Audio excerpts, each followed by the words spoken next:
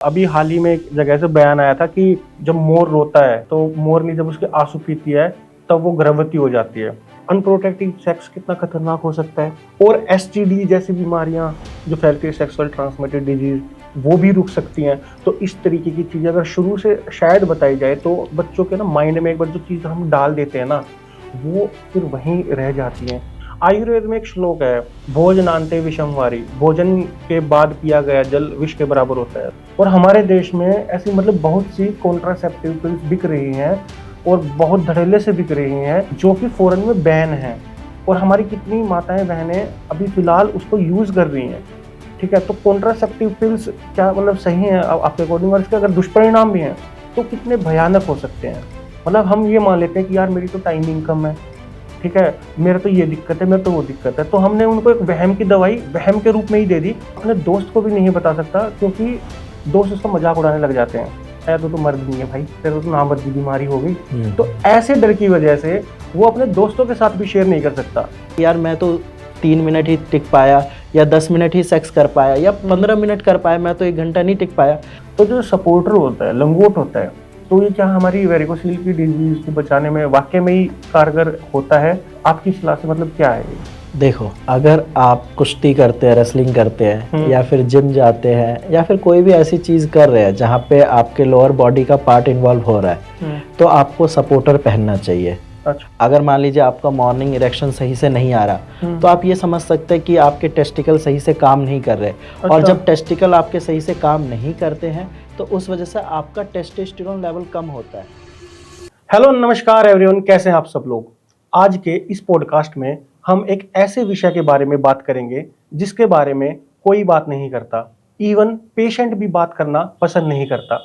आपने एक मूवी का एक डायलॉग सुना होगा, मर्द को दर्द नहीं होता।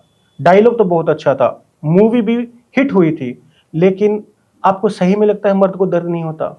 Man too have a pain, मर्द को भी दर्द होता है लेकिन वो किसी को बता नहीं पाता। आज के इस पॉडकास्ट में हमारे साथ है डॉक्टर हिमांशु, जो कि एक मेल इनफर्टिलिटी एक्सपर्ट हैं और मर्दों के उन बीमारियों के बारे में बात करेंगे।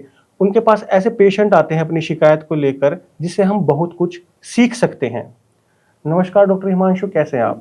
नमस्कार, मैं ठीक हूँ, आप बताइए। बस मैं भी बढ़िया हूँ। हमारे पॉडकास्ट में आपका बहुत बहुत स्वागत है जी। डॉक्टर साहब, मेल इनफर्टिलिटी की जो समस्या होती है वो आदमी के लिए एक बुरा सपना की तरह होती है। जब आदमी को यह समस्या हो जाती है, वो अपने पेरेंट्स को भी डिस्कस नहीं कर सकता, अपने भाई को नहीं बता सकता, अपने पापा को नहीं बता सकता, बहन को तो छोड़िए, माँ को भी छोड़िए, अपने दोस्त को भी नहीं बता सकता क्योंकि दोस्त उसका मजाक उड़ाने लग जाते हैं, तो मर्द नहीं है भाई, तेरे तो नामर्दी बीमारी हो गई। तो ऐसे डर की वजह से वो अपने दोस्तों के साथ भी शेयर नहीं कर सकता।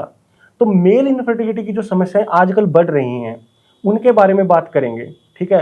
तो आप थोड़े से मेरे को सबसे पहले ऐसे कारण बताइए जिसकी वजह से मेल इनफर्टिलिटी की समस्या आजकल बढ़ रही है।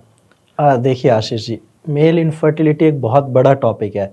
अगर मैं इस वीडियो में बताना स्टार्ट करूं तो काफ़ी 2-3 हमें पॉडकास्ट करने पड़ जाएंगे। अच्छा। तो मैं कोशिश करता हूं कि थोड़ा शॉर्ट में बताऊं, शॉर्ट में, ताकि व्यूअर्स को भी समझ आ जाए और बाकी लोग भी जो बाद में वीडियो देखे या जिन तक वीडियो पहुंचेगी वो भी अच्छे से समझ जाए कि मेल इनफर्टिलिटी की दिक्कत क्या है। सबसे पहले तो ये है कि मेल इनफर्टिलिटी आजकल काफ़ी ज़्यादा कॉमन है। आप ये समझिए कि 10 में से 3-4 लोगों को इनफर्टिलिटी की दिक्कत है।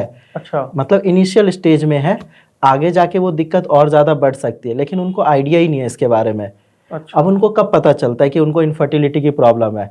जब उनकी शादी होती है, शादी को 4-5 साल हो जाते हैं। अच्छा। फिर उनके बच्चे नहीं हो रहे होते, तब उनको पता चलता है कि मुझे मेल इनफर्टिलिटी की दिक्कत है। अच्छा। फिर डॉक्टर उनको बोलता है कि आप सीमेन एनालिसिस टेस्ट कराइए। अच्छा। यानी कि अपने स्पर्म की जांच कराइए। उसके बाद उसमें जब उनका स्पर्म काउंट कम आता है तब उनको लगता है कि अरे मुझे तो मेल इनफर्टिलिटी की प्रॉब्लम है। और फिर जब उनको पता चलता है उस टाइम इतनी देर हो चुकी होती है कि उनके पास कोई ऑप्शन भी नहीं होता, या अगर होता भी है तो वो काफ़ी टाइम और ले लेता है। 5 साल ऑलरेडी शादी को हो चुके होते हैं। अच्छा। उसके बाद 1-2 साल और लगता है स्पर्म को नॉर्मल होने में। तो उसके बाद उनके लगभग 5-6 साल ऐसे ही चले जाते हैं। अच्छा। अब आपने पूछा कि मेल इनफर्टिलिटी के रीजंस क्या है, तो रीजंस बहुत सारे होते हैं। अब आप डे टू डे लाइफ में लीजिए, मेरे आसपास जब मैं पेशेंट को देखता हूँ या लोगों को देखता हूँ, काफ़ी ज़्यादा स्मोकिंग करते हैं। अच्छा। अब मेल की हेल्थ या फिर अगर मैं बोलूँ सेक्सुअल लाइफ जो खराब होती है उसका सबसे मेन रीजन है स्मोकिंग। अच्छा। अगर आप स्मोकिंग रेगुलर कर रहे हैं, 2-3 सिगरेट पी रहे हैं, तो आप निकोटीन को अपने अंदर ले रहे हैं, तो अच्छा। आपकी मेल इनफर्टिलिटी की प्रॉब्लम काफी ज्यादा डेवलप हो जाएगी। अच्छा, इसमें आपने बताया कि इसमें सीमन टेस्ट करवाना पड़ता है, तो सीमन टेस्ट तो मैं चलो शादी के बाद करवाऊंगा, तो उससे पहले भी पता चल सकता है, जैसे कोई ऐसे सिम्टम्स आते हैं कि हाँ मेरे अंदर ये इनफर्टिलिटी की समस्या उत्पन्न हो रही है, वो बन चुकी है, या वो आगे चलकर बढ़ सकती है। मैं मतलब 5-6 साल का वेट ना करके अगर मेरे को पहले पता चल जाए ताकि मैं पहले सतर्क हो जाऊं। हाँ, आप कर सकते हैं। जैसे कई बार ये होता है पेशेंट को स्टार्टिंग में पता चल जाता है, अगर मान लीजिए आपका मॉर्निंग इरेक्शन सही से नहीं आ रहा, तो आप ये समझ सकते हैं कि आपके टेस्टिकल सही से काम नहीं कर रहे। और अच्छा। जब टेस्टिकल आपके सही से काम नहीं करते हैं तो उस वजह से आपका टेस्टोस्टेरोन लेवल कम होता है। अगर अच्छा। टेस्टोस्टेरोन लेवल कम हो रहा है तो आगे जाके आपको इरेक्शन की दिक्कत आएगी, ठीक है, अच्छा। प्रॉपर इरेक्शन नहीं होगा, और आगे उसकी वजह से फिर अगर टेस्टिकल सही से फंक्शनिंग नहीं है तो स्पर्म काउंट कम होगा। अच्छा, इरेक्टाइल डिस्फंक्शन की जो प्रॉब्लम होती है वो हाँ, मेजरली। इरेक्टाइल डिस्फंक्शन आजकल अच्छा। बहुत कॉमन है, तो हाँ। उसकी प्रॉब्लम भी फेस करना पड़ता है पेशेंट को। अच्छा, जैसे इसमें अभी आपने स्मोकिंग बताया, ठीक है, और साथ साथ अगर एक्टिव स्मोकिंग ना करके मतलब लोग आजकल पैसिव भी कर ही लेते हैं, आसपास मतलब लोग सिगरेट वगैरह पी लेते हैं, ठीक है, और लोग कहते हैं कि ड्रिंकिंग की वजह से भी देखा जाता है, ठीक है, बाहर का नहीं खाना चाहिए, यह सब तो मतलब बताते ही हैं। तो इनके पीछे क्या कारण होता है, और ऐसी कौन कौन सी चीजें होती हैं कि मतलब मैं पहले ही अगर सतर्क हो जाऊं, मैं बीइंग ए हेल्दी पर्सन अगर मैं पूछूं कि भाई मैं तो डॉक्टर साहब इनफर्टिलिटी का शिकार होना ही नहीं चाहता, तो मैं ऐसे क्या प्रिकॉशन लेके चलूं? देखिए, जहाँ तक है आपको पहले तो फास्ट फूड बंद करना पड़ेगा। हम्म। जो भी मार्केट में जंक फूड मिल रहे हैं वो आपकी हेल्थ के लिए बहुत ज़्यादा नुकसानदायक है। अच्छा। साथ में वो आपके स्पर्म को डेड भी कर रहे हैं। अच्छा। बहुत सारे पेशेंट मेरे पास ऐसे हैं, आप मानोगे नहीं, ओपीडी में आते हैं, वो ये बोलते हैं कि डॉक्टर साहब मैं ना फैमिली से दूर रहता हूँ, पीजी या हॉस्टल्स में रहता हूँ, ठीक है, मेरे खाने का कोई ठीक नहीं है, घर पे बनाने का टाइम नहीं मिलता, मैं बाहर जाके खा लेता हूँ। अब उस वजह से क्या होता है, ज़्यादा ऑयली फूड खाते हैं, ज़्यादा मिर्च मसाले वाले चीज़ें खाते हैं, तो उनका स्पर्म काउंट डाउन जाता है और अच्छा। उनको उस टाइम पे पता नहीं चलता। और प्लस स्ट्रेस भी मेन रीज़न है आपकी इनफर्टिलिटी में, अच्छा। क्योंकि आजकल हेक्टिक लाइफस्टाइल है। पेशेंट या फिर जो लोग हैं नॉर्मल पीपल, वो बहुत ज़्यादा टेंशन ले लेते हैं, छोटी छोटी चीज़ों पे टेंशन ले लेते हैं और ज़्यादा खुश भी नहीं रहते। उस वजह से क्या होता है कि उनको इनफर्टिलिटी की प्रॉब्लम होती है, स्पर्म काउंट कम जाता है, साथ में इरेक्शन की भी दिक्कत आती है। अच्छा, अभी आपने जैसे ना स्ट्रेस का बताया, एक हाल ही में एक मूवी आई थी जिसका नाम है मेड इन चाइना, बहुत सारे मतलब लोगों ने देखी भी होगी। तो उसमें मतलब मेन इनफर्टिलिटी का ही कंसेप्ट रहता है, ठीक है, तो उसमें लोगों को जागरूकता मतलब बताते हैं। वो बेसिकली एक मेल इनफर्टिलिटी की एक दवाई तैयार करते हैं और कहते हैं कि ये खा लो, आपकी शिगर पतन की समस्या खत्म, आपकी इरेक्टाइल की दिक्कत खत्म, और वो चल जाती है। लोग उसको धड़ल्ले से खरीदना शुरू कर देते हैं और एंड में जाके पता चलता है कि वो कोई दवाई नहीं बेच रहे होते, वो एक रबड़ी बेच रहे होते हैं, सिर्फ ओनली रबड़ी। और बाद में उसके पीछे लॉजिक ये दिया गया कि ये मतलब एक प्लेसेबो इफेक्ट होता है कि 70% के करीब जो बीमारी होती है वो हमारे दिमाग की बीमारी होती है, मतलब वो एक्चुअल में होती ही नहीं है। मतलब हम ये मान लेते हैं कि यार मेरी तो टाइमिंग कम है, ठीक है, मेरा तो ये दिक्कत है, मेरा तो वो दिक्कत है, तो हमने उनको एक वहम की दवाई वहम के रूप में ही दे दी कि तुम ये खा लो तुम ठीक हो जाओगे, हालांकि उसके अंदर दवाई नहीं है, लेकिन फिर भी लोग ठीक हुए, ठीक है। तो एक प्लेसेबो इफेक्ट की तरह होता है। तो क्या सही में इस प्रकार की जो दिक्कतें होती हैं वो 70% के करीब ऐसी होती है कि हमारा मतलब जो स्ट्रेस होता है वो उनको डाउन कर देता है, या हमारा माइंड ही घुमाता है कि नहीं बेटा अब तेरे दिक्कत ये है, अब तू नहीं कर पाएगा? तो क्या माइंड की प्रॉब्लम की वजह से ये चीजें हो सकती हैं? देखो, सबसे पहले तो आजकल क्या है, इंडिया में इंटरनेट बहुत ज़्यादा सस्ता हो गया है।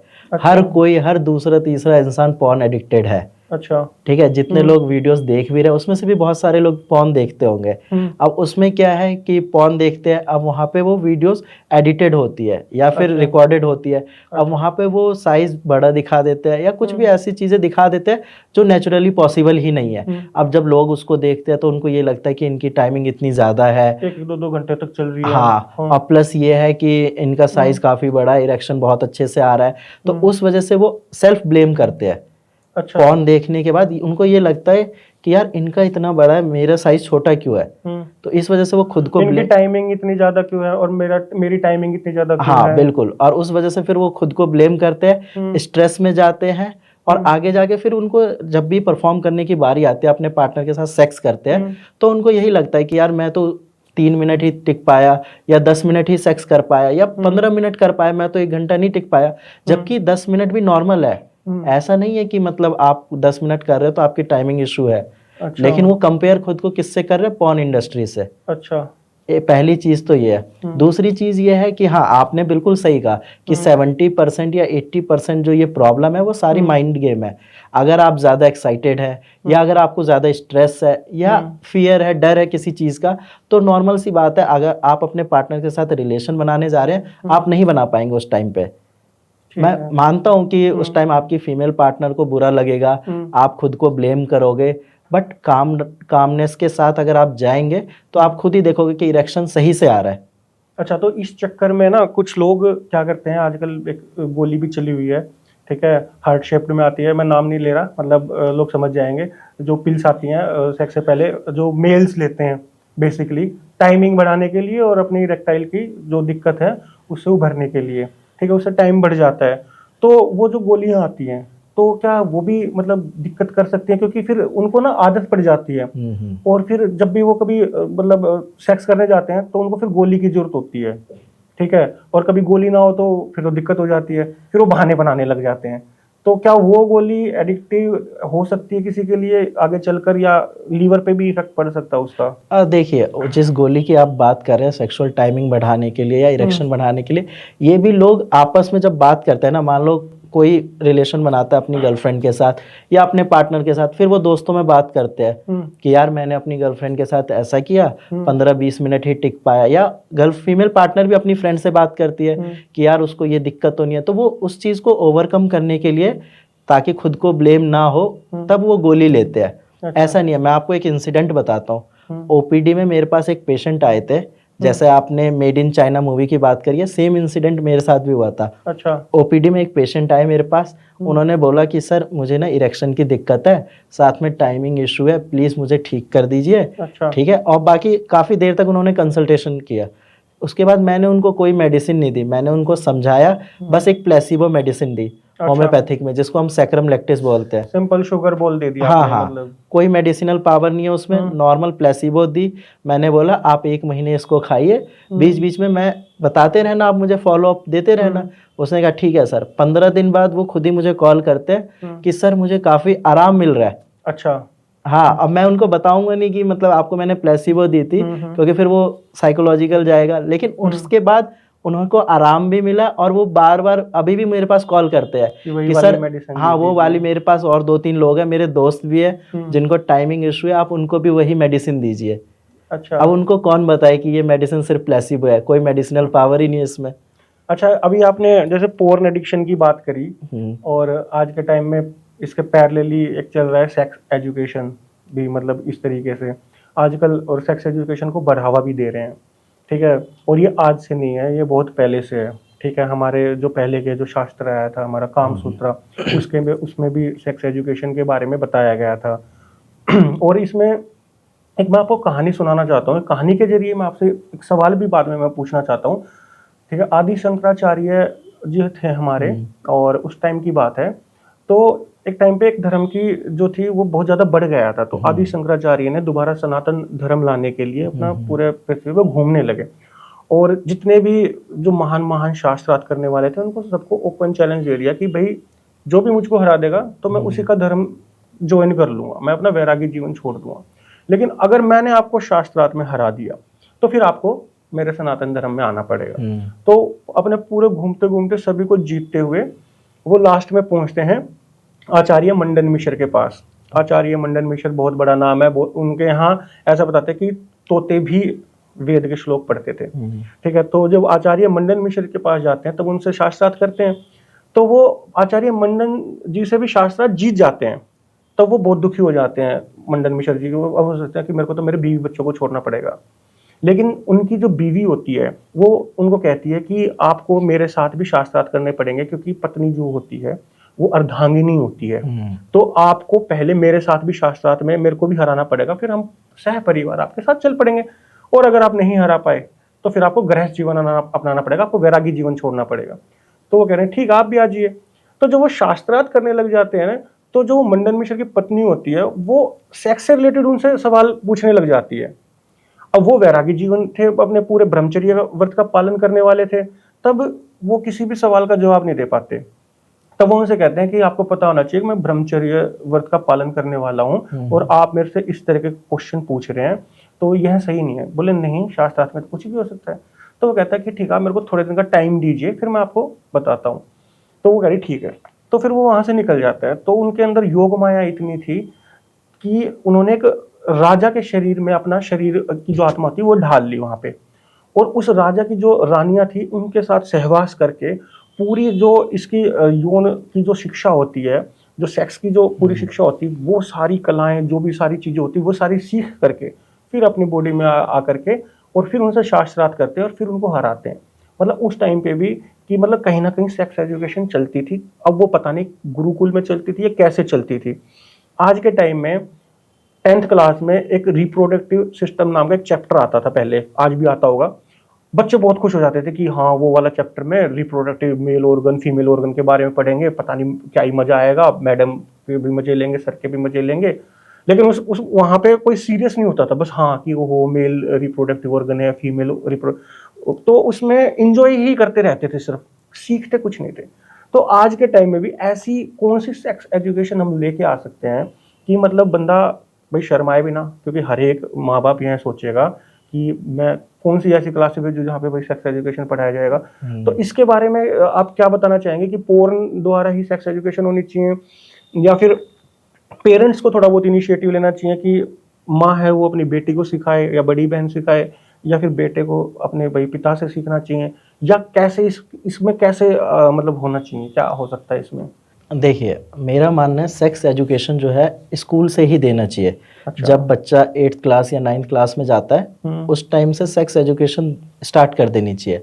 अब बहुत सारे पूछेंगे या बहुत सारे व्यूअर्स के मन में क्वेश्चन आएगा कि 8th 9th से ही क्यों? क्योंकि जब आप 8th 9th में होते हैं तो आपकी ये 13-14 साल होती है। बिल्कुल बिल्कुल। ठीक है, उस टाइम क्या होता है कि फीमेल में मेंसेस स्टार्ट होते हैं।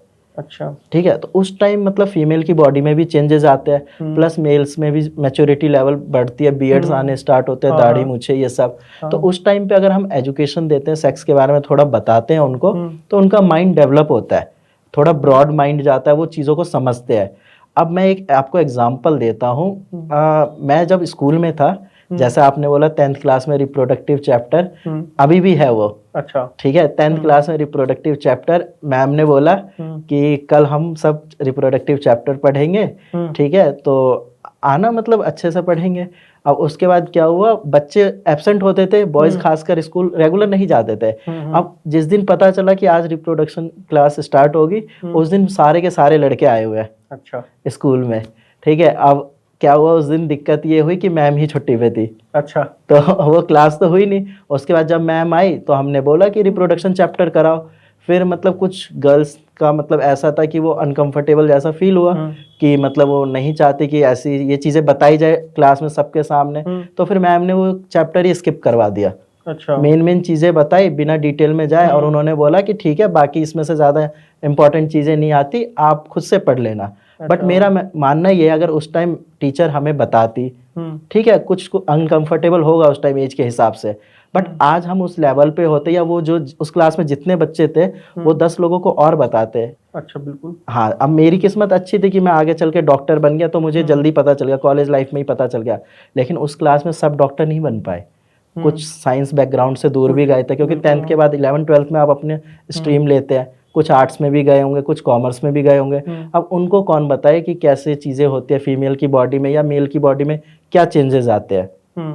पहली चीज़ ये। दूसरा इंसिडेंट हुआ था स्कूल में कि हम सब असेंबली में थे जब मॉर्निंग प्रेयर होती है। अब क्या है कि गर्मी का टाइम था, तो असेंबली में जाने का मन ही नहीं करता। मन करता है कि क्लास में बैठे रहे, बट टीचर आता है कि चलो असेंबली में प्रेयर करनी है, तो जाते हैं। तो अब वहाँ पे क्या हुआ कि एक लड़की थी, अब उसने बोला कि मैम मुझे ना पीरियड्स आ रहे हैं, मैं क्लास में जा रही हूँ। अच्छा। मैम ने कहा ठीक है जाओ।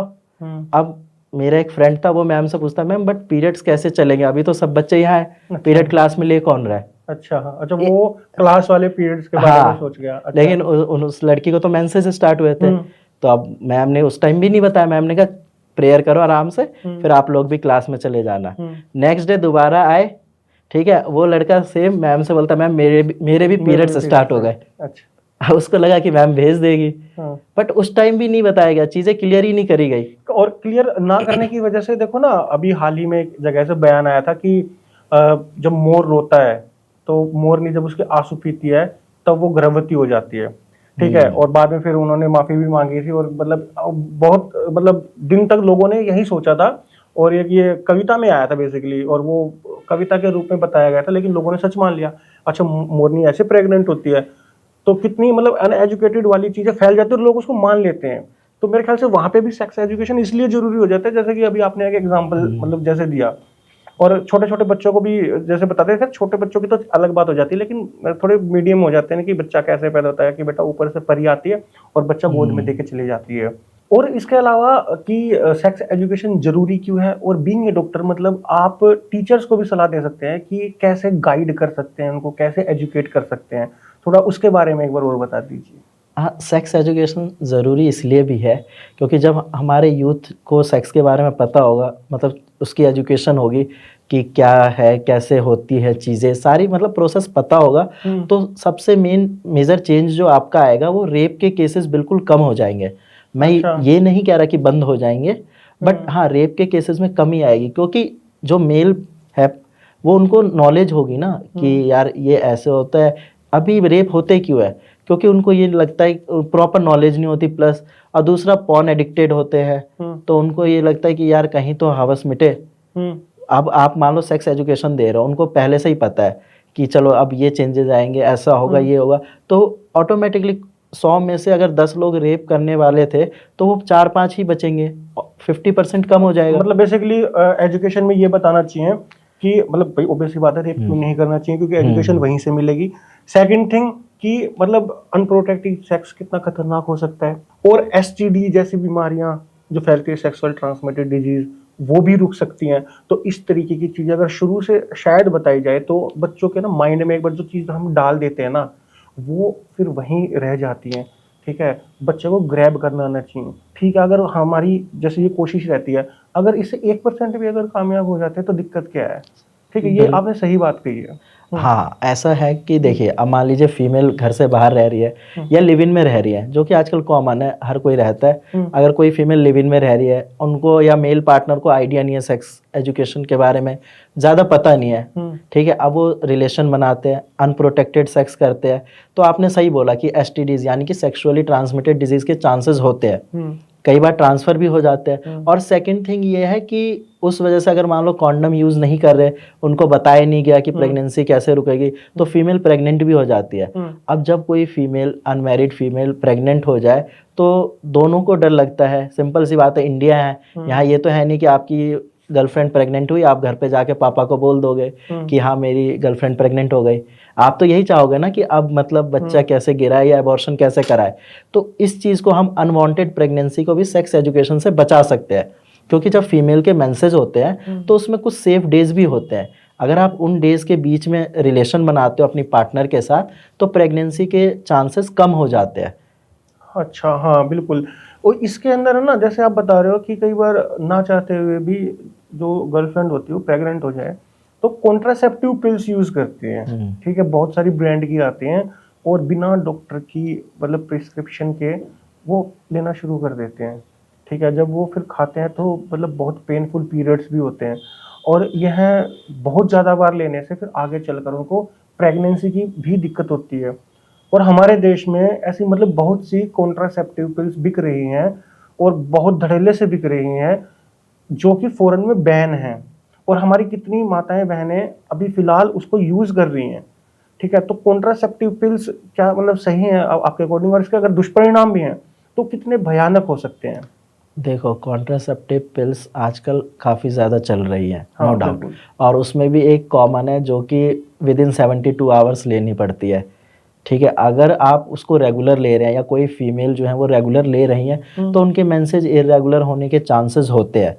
प्लस क्या होता है कि जब आप कॉन्ट्रासेप्टिव पिल्स लेते हैं तो आपके यूट्रस में ब्लड जो होता है लेयरिंग जो होती है ना वो शेड ऑफ हो जाते हैं, यानी कि रप्चर कर जाता है यूट्रस, तो वो काफ़ी हैवी ब्लीडिंग होती है जब आप पेनफुल भी होती है हाँ वो। पेनफुल होती है और हैवी होती है जब आप पिल्स लेते हैं, ताकि जो अगर फर्टिलाइजेशन हुआ भी है यानी कि स्पर्म एग से जाके फर्टिलाइज किया भी है तो वो बाहर आ जाए। तो ये नहीं करना चाहिए, रेगुलर तो बिल्कुल नहीं करना चाहिए।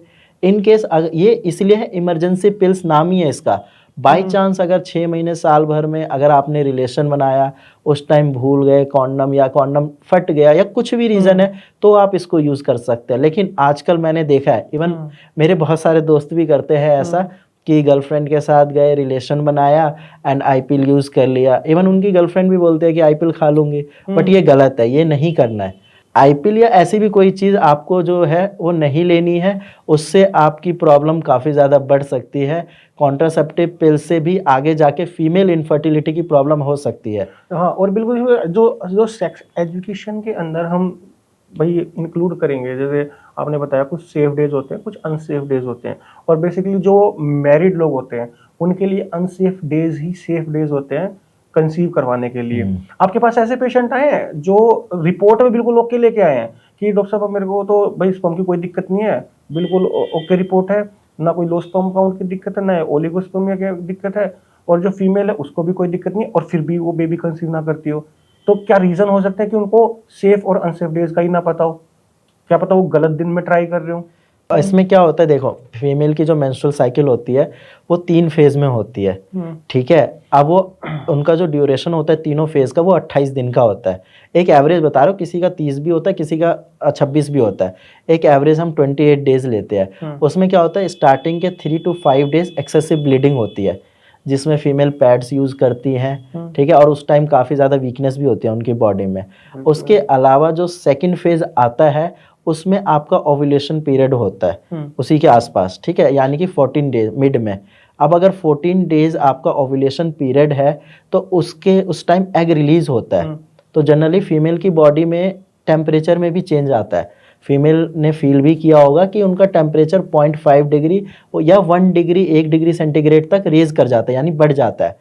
तो ये फीमेल ऐसे भी पता लगा सकती हैं कि अगर उनका टेम्परेचर बढ़ रहा है बॉडी का मेंसेस के टाइम में, तो ओव्यूलेशन पीरियड स्टार्ट होने वाला है या हो चुका है, ठीक है। अब ओव्यूलेशन पीरियड के 3 दिन बाद तक एग फर्टिलाइज हो सकता है, अच्छा, ठीक है। अब मान लो ओव्यूलेशन पीरियड आपका ये 14 डे पे हो रहा है, तो 3 दिन बाद यानी कि 17 दिन, ठीक है। और इधर 4 दिन पहले अगर आप रिलेशन बनाते हो तो भी आपका स्पर्म एक्टिव रहता है, वो एग को फर्टिलाइज कर देता है। अच्छा। तो जो हम बात करते हैं कि किस फेज में या किस ड्यूरेशन में सेक्स करना चाहिए ताकि बेबी कंसीव हो जाए, तो वो है आपके अगर फीमेल की जो मेंसेस चल रही है उसके डे 10 से डे 17 के बीच में। अच्छा, अगर पहला दिन जो मानते हैं हम पीरियड्स आज से शुरू हुए तो उसको डे 1 मानेंगे, या जो पीरियड्स खत्म हो जाते हैं उसको डे 1 मानेंगे? नहीं, जब पीरियड स्टार्ट होते हैं, उसको जब पहला दिन हाँ मानते जब हैं। ब्लीडिंग फेज स्टार्ट होता है उसको आप डे 1 मानिए, और उसके 10 दिन बाद से हाँ वहां से 10 से लेके 17 दिन तक, जो एक वीक मान लो ये 7 दिन रहते हैं, हाँ, वो एवोल्यूशन ज्यादा चांसेस होते हैं। हाँ हाईएस्ट चांस होता है, वो फर्टाइल पीरियड होता है, उस टाइम पे फीमेल प्रेग्नेंट इजीली हो जाती है। अगर रिपोर्ट नॉर्मल है, कोई बीमारी नहीं है, स्पर्म काउंट नॉर्मल है, तो ये सारी चीजें इजीली हो जाती है। अच्छा, अगर कोई मेल या फीमेल पार्टनर में से अगर मान लो किसी को थायराइड हो, ठीक है, आर्थराइटिस हो सपोज करो, या फिर कोई भी लीवर की या किसी भी चीज की अगर दिक्कत हो, और उस टाइम पे बेबी कंसीव हो जाए, तो कितने % चांसेस हैं कि वो डिजीज बेबी के अंदर भी आ सकती है? डिपेंड करता है, अब बहुत सारी चीजें। और ये क्या इसी को जेनेटिक डिजीज बोलते हैं कि आ गई? हाँ, जो हमारे पेरेंट्स से हमारे अंदर चीज़ें आती हैं उसको हम जेनेटिकली ट्रांसफर्ड ही बोलते हैं, बट ऐसा नहीं है, बहुत सारी चीज़ें डिपेंड करती है इस चीज़ में। जेनेटिकली डिजीज़ अलग होती हैं, ठीक है, वो मदर से फीटस में भी ट्रांसफ़र कर जाती हैं। और मेन ये है कि प्रेगनेंसी के टाइम पे हम RH फैक्टर भी देखते हैं कि बेबी का RH फैक्टर क्या है, मदर का क्या है, फादर का क्या है, ये सारी चीज़ें मैच करनी होती है। ब्लड ग्रुप देखते हैं, तो उस बेस पे हमें पता चलता है। बाकी जो अगर कोई इनहेरिटेड डिजीज़ है जो पेरेंट्स से ली गई है, तो फिर उस चीज़ में कोई कुछ नहीं कर सकता, क्योंकि वो आ ही रही है। क्योंकि हम सब ने देखा था महाभारत में, जब धृतराष्ट्र के जो पैदा होते हैं वो अंधे होते हैं, तो बताते हैं कि जो उनकी माता थी, जब वेद व्यास आए थे तो उन्होंने अपनी आंखें बंद कर ली थी, तो इस कारण से वो अंधे हुए। और जब वो जो पांडु होते हैं वो जब उनके पास वेद व्यास उनकी माता के पास आते तो एकदम से पीली पड़ जाती हैं वो। तो उनको बता देते हैं कि भाई तुम्हारे पुत्र तो जो है तुमने नेत्र बंद कर लिए थे तो तुम्हारे पुत्र तो अंधे होंगे और इन्होंने ये पीली पड़ गई थी, ठीक है, तो इनके जो होंगे पांडु पुत्र पैदा होंगे, यानी कि पीले वर्ण के होंगे। अच्छा। और जो इनकी दासी होती है, बोले इन्होंने कुछ नहीं किया, ना आंखें बंद करी ना कुछ, तो इनका बहुत बुद्धिमान पुत्र उत्पन्न होगा। तो लोगों के अंदर अब ये भी हो जाता है कि नहीं यार अभी मेरा ना खांसी जुकाम सा है, ठीक है, अभी हम अगर ट्राई करेंगे तो हो सकता है बच्चे को बार बार में खांसी जुकाम होता रहे, या अगर कोई अर्थराइटिस की प्रॉब्लम से जूझ रहा है या लीवर प्रॉब्लम से जूझ रहा है, तो उनके अंदर ये डर हो जाता है कि कहीं हमारे बच्चे का लीवर कमजोर लेके पैदा ना हो जाए। तो ऐसा कुछ चांसेस होते हैं? नहीं, देखिए लीवर या अर्थराइटिस ये सब मतलब ऐसे नहीं होता। Liver mostly damage alcohol consumption या फिर फैटी फूड इन वजहों से होता है। बट हाँ, चांसेस होते हैं कि कुछ डिजीजेज हैं, कुछ बीमारियां हैं जो फीमेल से बच्चे में चली जाती हैं या फिर पेरेंट्स से उनके बच्चों में ट्रांसफ़र हो जाती है। ठीक है, ऐसी बीमारियां हैं। अच्छा डॉक्टर साहब, अब ना कुछ दर्द की बात कर लेते हैं, टेस्टिकल की डिजीज के बारे में बात कर लेते हैं, जैसे कि हाइड्रोसील हो गया, वेरिकोसील हो गया, इंग्वाइनल हर्निया हो गया। और क्वेश्चन शुरू करने से पहले मैं अपने स्कूल डेज में वापस जाना चाहता हूँ। और मैं 6th क्लास से जैसे स्पोर्ट्स खेल रहा हूँ, लगातार 10-15 साल तक मैंने स्पोर्ट्स खेला है और नेशनल लेवल का मैं प्लेयर हूँ। और स्टार्टिंग से ही जो हमारे कोच थे वो एक चीज़ बताते थे कि आपको अपने साथ है ना लंगोट कैरी करना है। उन्होंने बेसिकली हमारी किट में ही वो ऐड ऑन करवा दिया था, तो हमें लंगोट कैरी करना पड़ता था और वहीं से मेरे लंगोटिया यार बन गए, क्योंकि साथ में जो खड़े होकर लंगोट पहनते बेसिकली वही लंगोटिया यार होते थे। तो उस टाइम से ही हमने लंगोट पहनना शुरू कर दिया। तो उस टाइम पे हम छोटे छोटे थे, तब पता नहीं था कि भाई लंगोट क्यों पहनाते हैं ये। और फिर धीरे धीरे जब बड़े हुए तब हमने पूछा था कि सर ये लंगोट क्यों पहनाते हैं, मतलब तब उन्होंने बताया कि भाई देखो इससे ना टेस्टिकल जो होते हैं, अंडकोश होते हैं, वो बढ़ जाते हैं, जो नसें होती हैं उनमें खिंचाव पड़ता है। और फिर वो वाली बात, मतलब उस टाइम पे उन्होंने एक्चुअल लॉजिक तो दिया नहीं, मतलब किस वजह से बढ़ते हैं, लेकिन वो आज तक ध्यान है। अभी भी मैं कभी रनिंग करने जाता हूँ, एक्सरसाइज करता हूँ या फिर खेलता हूँ, तो मैं हमेशा लंगोट पहनता हूँ। और आज के टाइम में भी, क्योंकि अभी वेरिकोसील की और हाइड्रोसील की बीमारियां चल रही हैं, क्योंकि आजकल लोग जिम बहुत जाते हैं, ठीक है, और नए नए बच्चे होते हैं हैवी हैवी वेट उठाना शुरू कर देते हैं, ठीक है, नए नए जवान होते हैं, घर में भी हैवी हैवी चीज़ उठा करके इधर उधर रखना, ठीक है, और या फिर जो पुलिस के हो गए, आर्मी के जवान हो गए, पूरा पूरा दिन जिनकी खड़ी रहने की ड्यूटी होगी, ठीक है, तो उनमें भी ये प्रॉब्लम देखी जाती है। तो जो सपोर्टर होता है, लंगोट होता है, तो ये क्या हमारी वेरिकोसील की डिजीज को बचाने में वाकई में ही कारगर होता है? आपकी सलाह से मतलब क्या है ये? देखो, अगर आप कुश्ती करते हैं, रेसलिंग करते हैं या फिर जिम जाते हैं या फिर कोई भी ऐसी चीज़ कर रहे हैं जहाँ पे आपके लोअर बॉडी का पार्ट इन्वॉल्व हो रहा है, तो आपको सपोर्टर पहनना चाहिए। अच्छा। पहली चीज़ तो ये है। उससे आपके सर ने बिल्कुल सही बताया कि अगर आप नहीं पहनते हैं तो आपके टेस्टिकल हैंग कर जाते हैं, लटक जाते हैं। अब लटकने की वजह से बहुत सारी प्रॉब्लम्स आती है, आगे जाके वेरिकोसील की भी दिक्कत होती है। आजकल जब भी पेशेंट ओपीडी में आते हैं तो मैं उनसे यही पूछता हूँ कि आप क्या करते हैं, जिम और जाते हैं?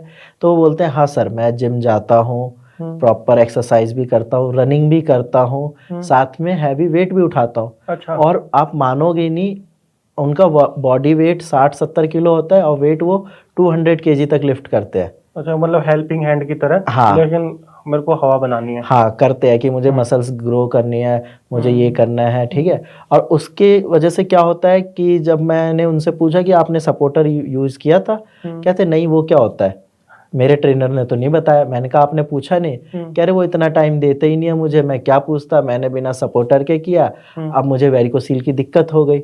अच्छा। तो ऐसा बिल्कुल नहीं करना है। अगर आप कहीं भी जा रहे हैं, जिम जा रहे हैं, रनिंग कर रहे हैं या आर्मी की तैयारी भी कर रहे हैं, तो आपको सपोर्टर पहन के रखना है, लंगोट बांध के रखनी है। उससे आपके टेस्टिकल्स कम मूव करेंगे, प्लस हैंगिंग की दिक्कत नहीं होगी। तो ये सारी चीज़ें हैं, इनका अगर आप ध्यान रखते हैं तो वेरिकोसील की प्रॉब्लम में कुछ आराम मिल सकता है। अच्छा, जैसे कि इसमें एक तो हो गया भाई कि बहुत ज़्यादा देर खड़े रहने से हो गया, ठीक है, कोई भी चीज़ हैवी उठाने से, धकाने से, खींचने से भाई फिर नसों में खिंचाव पड़ता है। एक चीज़ मैंने सुनी थी कि पेट की जब गड़बड़ी शुरू हो जाती है, ठीक है, कॉन्स्टिपेशन होना शुरू हो जाता है, तो फिर जब हम जैसे मल को त्याग करते हैं तो बहुत ज़्यादा जोर लगाते हैं। और कई कई लोगों की मैंने ऐसी आदत देखी है कि 2 टाइम का रूटीन बना लेंगे, सुबह भी जाना है और शाम को तो चाहे प्रेशर आए पोटी का या ना आए, जाके बैठना है और खामखा में जोर लगाना है, क्योंकि आदत पड़ चुकी है। अब वो कभी आती है पोटी, कभी नहीं आती।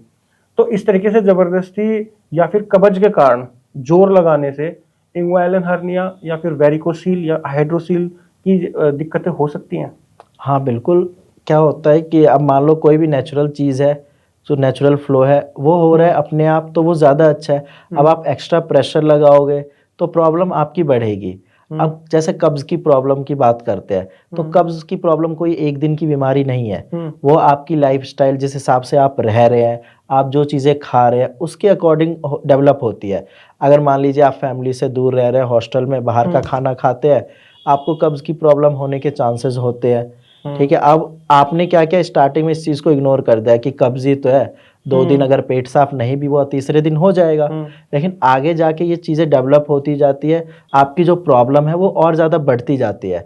अब क्या करना है इस चीज़ में, अगर अच्छे पेशेंट जो होते हैं वो उस चीज़ को वहीं पे रोक देते हैं, नहीं तो आगे जाके वेरिकोसील की प्रॉब्लम होती है, एक्स्ट्रा प्रेशर लगाते हैं, इंग्वाइनल हर्निया हो जाता है। अब क्या, मान लो जैसे आपने बोला 2 बार कोई बैठ रहा है पॉटी करने के लिए, अब हो नहीं रहा, तो वो उनको हैबिट बन चुकी है। कई ऐसे भी हैं पेशेंट जो आजकल मतलब आते हैं ओपीडी में कि सर जब तक मैं सुबह 2 सिगरेट ना पी लूँ मेरा पेट साफ ही नहीं होता। सुबह खाली पेट। हाँ, अब खाली पेट में आप गर्म पानी पीजिए, ये आदत लगाइए। सुबह जिनको कईयों को चाय की आदत भी हो जाती है। हाँ, खाली पेट चाय नहीं पीनी, अगर आपको पीना आप गर्म पानी पीजिए, आप उसमें शहद मिलाइए। अब आप 2 सिगरेट पी रहे हैं, आप सोच रहे हैं आप कितना नुकसान कर रहे हैं। एक तो आपकी कब्ज की प्रॉब्लम परमानेंट होगी, उसकी वजह से जो अदर कॉम्प्लिकेशंस आएंगी वो अलग आएंगी, और इसकी आदतें भी पड़ जाती है। फिर उसको अगर 2 सिगरेट ना मिले तो फिर उसका प्रेशर भी नहीं बनता। वही तो आदत लग जाती है। फिर सिगरेट की आदत अलग छुड़ाओ, बीमारी को अलग ठीक करना है, और फिर उसके चक्कर में और बीमारी हो जाएंगी। हाँ, इनफर्टिलिटी की प्रॉब्लम हो जाएगी। आयुर्वेद में एक श्लोक है, भोजनान्ते विषम वारी, भोजन के बाद पिया गया जल विष के बराबर होता है। लोग क्या करते हैं, भोजन करने के बाद बहुत सारा पानी पी लेते हैं। तो होम्योपैथी में भी क्या मतलब सलाह दी जाती है कि ऐसे नहीं करना चाहिए, क्योंकि खाना खाया फिर आपने ढेर सारा पानी पी लिया। हाँ, तो ये साइंटिफिक है कि जब आप खाना खा रहे होते हैं उस टाइम पे हमें पानी नहीं पीना चाहिए। अगर आपको प्यास लग रहा है आप 1 सिप ले लीजिए, अच्छा। लेकिन इतना नहीं पीना कि आप लगातार 1 गिलास पी गए खाना खाते हुए। पानी हमेशा खाना खाने के आधे घंटे बाद पीना चाहिए। अच्छा। हाँ, इस हिसाब से आप रखिए तो आपकी बॉडी हेल्दी रहेगी। अब आप तुरंत खा रहे हैं फिर पानी पी रहे हैं तो डाइजेशन में इशू आते हैं। अच्छा, वेरिकोसील की जैसे बीमारी है, और ये आजकल तो कॉमन ही हो गई है, ठीक है। हालांकि आपको तो ज़्यादा पता होगा, आपके पास केस ज़्यादा आते होंगे, और लोग जिम में जाते हैं तो अंडकोश में दर्द होना शुरू होना, नसों का इकट्ठा होना, ये दिक्कतें आजकल बढ़ रही हैं, ठीक है। हर 10 में से 5 लोगों को वेरिकोसील के सिम्टम्स नज़र आने लगे हैं, ठीक है। अब देखा यह जा रहा है कि वेरिकोसील का जो इलाज है, बेसिकली कहते हैं कि इसकी तो सर्जरी ही करवानी पड़ेगी अगर कोई भी हम बेसिकली एलोपैथी के पास जाते हैं। तो क्या ऐसा सही है कि एलोपैथी में जो बताते हैं कि सर्जरी ही इसका इलाज है, वो सर्जरी में लोग और ऐसा क्या करते हैं? देखिए, वेरिकोसील हाइड्रोसील की जो सर्जरी होती है, या फिर अगर आप एलोपैथी के पास जाते हैं, वो पेशेंट को यही बोलता है कि आप सर्जरी करा लीजिए, ठीक है। कुछ कट लगाते हैं, वहाँ पे नसें जो होते हैं उसको बांध देते हैं, नहीं तो आजकल एम्बुलाइजेशन भी चल रहा है। अच्छा, ठीक है, ये करके उसके बाद बोलते हैं कि ठीक हो गए आप। लेकिन सर्जरी से मैंने देखा है, मेरे पास खुद रनिंग पेशेंट भी है जिन्होंने सर्जरी कराई, 2 महीने 4 महीने साल भर बाद दोबारा सेम प्रॉब्लम हो गई। अच्छा, तो परमानेंट सॉल्यूशन नहीं है। हाँ, मैं ये नहीं बोला कि एलोपैथी गलत है या कुछ भी है, एलोपैथी अपनी जगह बहुत अच्छी है, लेकिन इन केस में क्या होता है कि उनके पास सॉल्यूशन सिर्फ सर्जरी है। अब पेशेंट सर्जरी करा लेता है, मान लीजिए अनमैरिड पेशेंट है, ठीक है, उसको वेरिकोसील हुई, उन्होंने सर्जरी करा ली। अब उस सर्जरी से क्या होता है, आगे जाके इनफर्टिलिटी की प्रॉब्लम भी आ जाती है। जब शादी के बाद बेबी कंसीव करने की बारी आती है तो उनकी वाइफ प्रेग्नेंट नहीं होती। तो सर्जरी इस चीज़ का परमानेंट सॉल्यूशन नहीं है। हाँ, अगर आपको कहीं रनिंग या किसी एग्ज़ाम में निकालना है मेडिकल, तो आप 1-1.5 महीने सर्जरी करा के उसको ठीक कर सकते हैं, लेकिन ये है कि दोबारा होने के चांसेस होते हैं। दोबारा होने के चांसेस होते हैं। हाँ, तो एक गांव में एक प्रचलित भी है कि जैसे वेरिकोसील जब किसी को हो जाता है, यानी कि अंडकोश की वृद्धि हो जाती है, सूज जाते हैं, तो जैसे राइट टेस्टिकल में हुआ तो राइट कान में कान बिनवा देते थे उसका, लेफ्ट में बिनवा देते थे उसका। और उसके पीछे कारण ये होता था कि मतलब कि अब इसका वेरिकोसील ठीक हो जाएगा, इसकी पाचन क्रिया जो है वो सही हो जाएगी।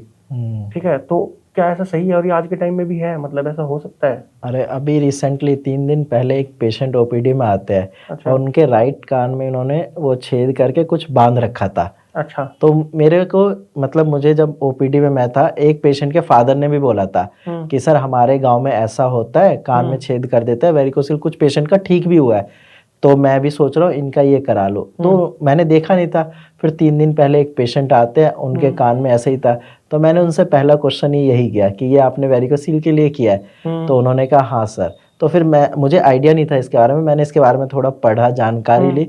तो ये मेनली कुछ ज़्यादा खास नहीं है। उसमें ये क्या करता है कि एक्यूप्रेशर पॉइंट होता है उस, अच्छा। हाँ, तो उस पे वो धागा थोड़ा बांध देते हैं। यहाँ पे बिंद देने से वो नस दब जाती होगी। हाँ, और थोड़ा पाचन सही हो जाता हाँ, होगा। वो नस दब जाती है, उस वजह से क्या होता है, डाइजेशन सही हो जाता है। अच्छा। अब वेरिकोसील होने का मेन रीजन जो है वो कॉन्स्टिपेशन है। अब पेशेंट का डाइजेशन ठीक होता है तो उसको भी यही लगता है कि हाँ 10-20% आराम मिल गया, तो उस वजह से फिर वो चलता रहता है। सहायक उपचार के लिए कर सकते हैं, मतलब डाइजेशन थोड़ा सा ठीक हो जाए, साथ साथ में अपना ट्रीटमेंट वगैरह चलता रहे, तो हाँ, लेकिन उससे ठीक नहीं होता है ये। अच्छा, परमानेंट क्योर नहीं है ये पैलिएटिव है, कुछ टाइम तक आराम मिलेगा, बाद में फिर दोबारा होने के चांस होता है। ठीक है। अच्छा। हाँ, इसका मेन सॉल्यूशन मेडिसिन है। अगर मान लीजिए प्रॉपर ट्रीटमेंट चलना चाहिए, मतलब इसका हाँ, वेरिकोसील का डाइजेशन ठीक हो जाएगा। अब वेरिकोसील आपका हैवी वेट लिफ्टिंग की वजह से भी होता है कि जिम में भारी सामान उठा ले या आप रनिंग कर रहे हैं, तो उस केस में डाइजेशन को ठीक करके क्या होगा, वेरिकोसील थोड़ी ठीक हो जाएगी आपकी। तो बीमारी ठीक नहीं करते, सिम्टम को ठीक करते हैं ये कान छेद के। अच्छा। लेकिन अगर आप प्रॉपर ट्रीटमेंट लेंगे, सारी चीजें करेंगे, तो आपकी वेरिकोसील ठीक हो जाएगी। आजकल एक टेस्टोस्टेरोन बढ़ाने का बहुत ज्यादा क्रेज चल रहा है, ठीक है, खास करके जो जिम जाते हैं, फिटनेस फ्रीक होते हैं कि भाई टेस्टोस्टेरोन चाहिए मेरे को अपने शरीर में अपार, अंधाधुंध बनाना है। अब बाहर आजकल गोलियां भी आने लगी हैं, चूरन गोली सब कुछ आ रहा है, और बेसिकली होता उनके अंदर कुछ नहीं है, लेकिन स्टीरॉयड्स भी आने लगे हैं इसके। तो ये टेस्टोस्टेरोन क्या करता है हमारे शरीर में, इसकी जरूरत क्या होती है, और हमें क्या नेचुरल तरीके से भी ये बूस्ट हो सकता है हमारे शरीर में, या फिर इन स्टीरॉयड्स लेके या फिर बाहर की केमिकल वाली चीज लेकर के ही हमें वो टेस्टोस्टेरोन बढ़ाना जरूरी होता है? देखो, पहले तो डिपेंड करता है कि टेस्टोस्टेरोन का लेवल आपकी बॉडी में कितना है।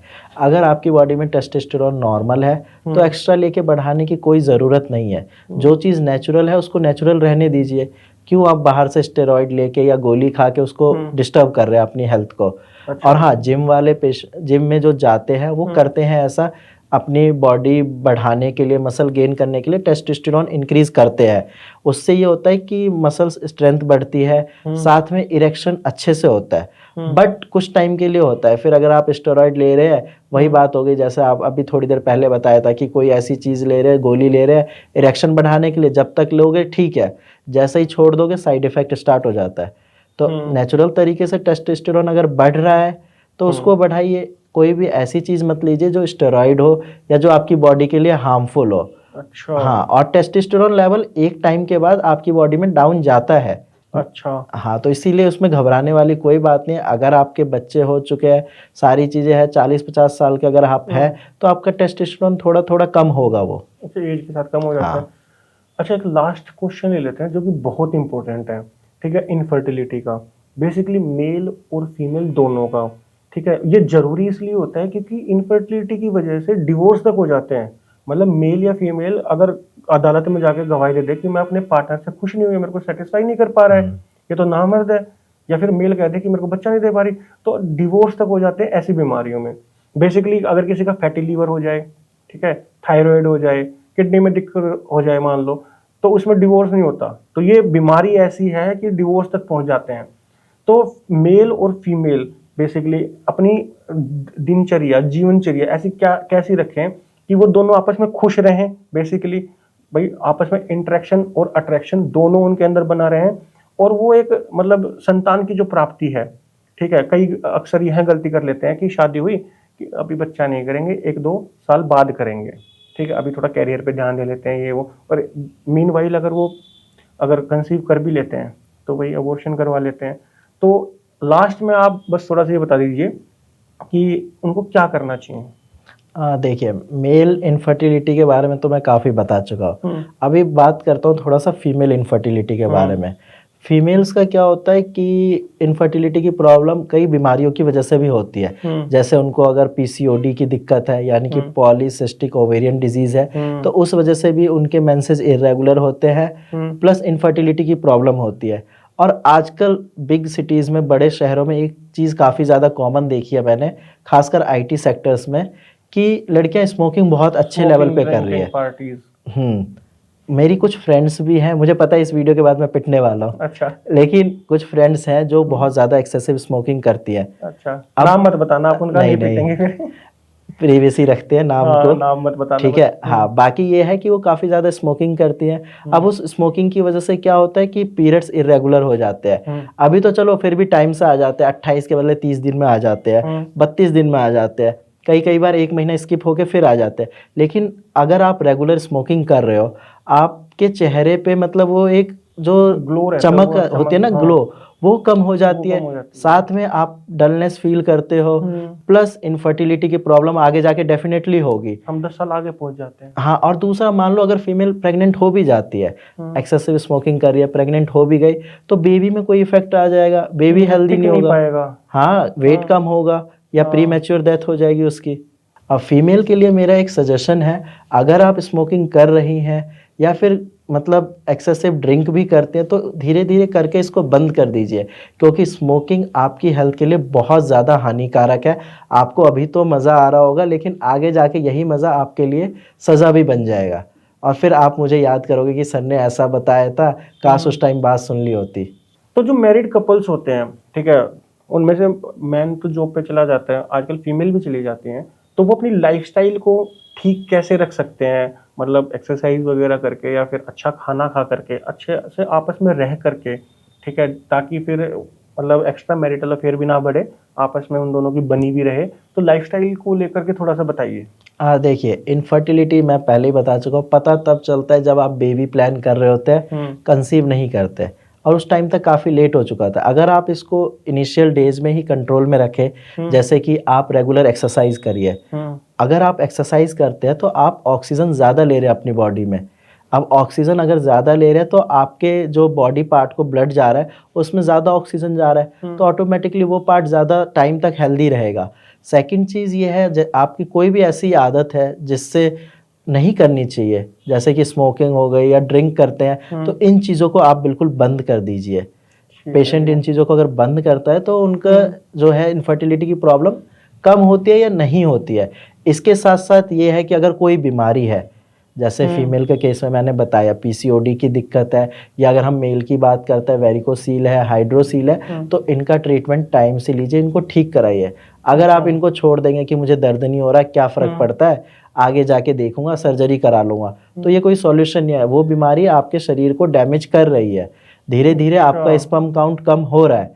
अब एक बार अगर 0 हो गया तो उसको बढ़ाना बहुत मुश्किल है, और इसीलिए डिवोर्स भी होते हैं। क्योंकि आजकल ये है इंडिया में कि अगर आपकी शादी होती है, 4-5 साल तक बच्चे नहीं होते, तो समाज हमेशा ताने देगा, देना भी चाहिए कि मतलब 5 साल हो गए भाई, बच्चे क्यों नहीं हो रहे, वंश कैसे आगे बढ़ेगा। अब उस केस में क्या है कि फीमेल भी डिप्रेस होती है, उधर से फीमेल की फैमिली बोलती है कि भाई बच्चे कब हो रहे हैं, इधर से मेल की फैमिली बोलती है। अब एक बेचारा मर्द क्या करे, अब उसने जानबूझ के तो इनफर्टिलिटी नहीं कराया, लेकिन इन सारी चीज़ों को अगर वो फॉलो करते हैं, रेगुलर एक्सरसाइज करते हैं, स्मोकिंग की चीज़ें छोड़ते हैं या स्मोकिंग छोड़ देते हैं, बाकी जो बाहर का खाने की हैबिट है उनकी उसको बंद करते हैं, फास्ट फूड को कम करते हैं, मोमोज, पिज़्ज़ा, बर्गर, ये सब अगर कम करते हैं इनटेक, तो उनके स्पर्म हेल्दी रहेगा, बेबी कंसीव भी होगा, और डाइवोर्स का जो रेट है वो भी धीरे धीरे कम होगा। बिल्कुल बिल्कुल। तो मैं अपने सभी भाइयों से बताना चाहता हूँ कि मेल इनफर्टिलिटी की जो आपकी समस्या है, आप उससे घबराएं ना, मर्द को भी दर्द होता है, आप इस बात की बिल्कुल टेंशन ना लें। अपनी जो बीमारी होती है उसको शेयर कीजिए। अगर आपको कोई भी दोस्त या फिर फैमिली वाला नहीं मिलता, आप किसी डॉक्टर के साथ शेयर कीजिए। आपको जरूरी नहीं है, अगर आपको टेस्टिकल की प्रॉब्लम है तो आपको वहां पे जाके टेस्टिकल्स दिखाने पड़ेंगे। आप अपनी रिपोर्ट भी लेके जा सकते हैं, जिसके द्वारा आप अपना इलाज पा सकते हैं। स्टार्टिंग में ही अगर आप इस प्रकार के इलाज अगर पा लेंगे तो वो बीमारी बड़ी नहीं होगी। क्योंकि बहुत सारे जो मैंस होते हैं, जो मेल ईगो जिनके बीच में आ जाती है, वो अपना इलाज नहीं करवाते हैं, यह सोच के कि चलो यार ठीक हो जाएगी, अगर मैं खामखा यहाँ पे किसी को बताऊंगा तो यार मेरे को पता नहीं नामर्द तो नहीं समझेंगे। तो आप अकेले नहीं हैं, यह बहुत सारे लोगों की दिक्कत होती है। तो अपने किसी भी डॉक्टर के पास जाके अपना इलाज करवाइए। आज के पॉडकास्ट में इतना ही। अगर आप हमसे कोई भी चीज़ अगर पूछना चाहते हैं या फिर अगर आपको कोई चीज़ समझ में ना आई हो तो आप कमेंट में वहाँ पे क्वेश्चन डाल सकते हैं, या कोई टॉपिक हो आपके दिमाग में जिस पे आप पॉडकास्ट बनवाना चाहते हैं तो वो भी आप कमेंट के सेक्शन में डाल सकते हैं। डॉक्टर हिमांशु, आपने हमें समय दिया उसके लिए धन्यवाद। Thank you.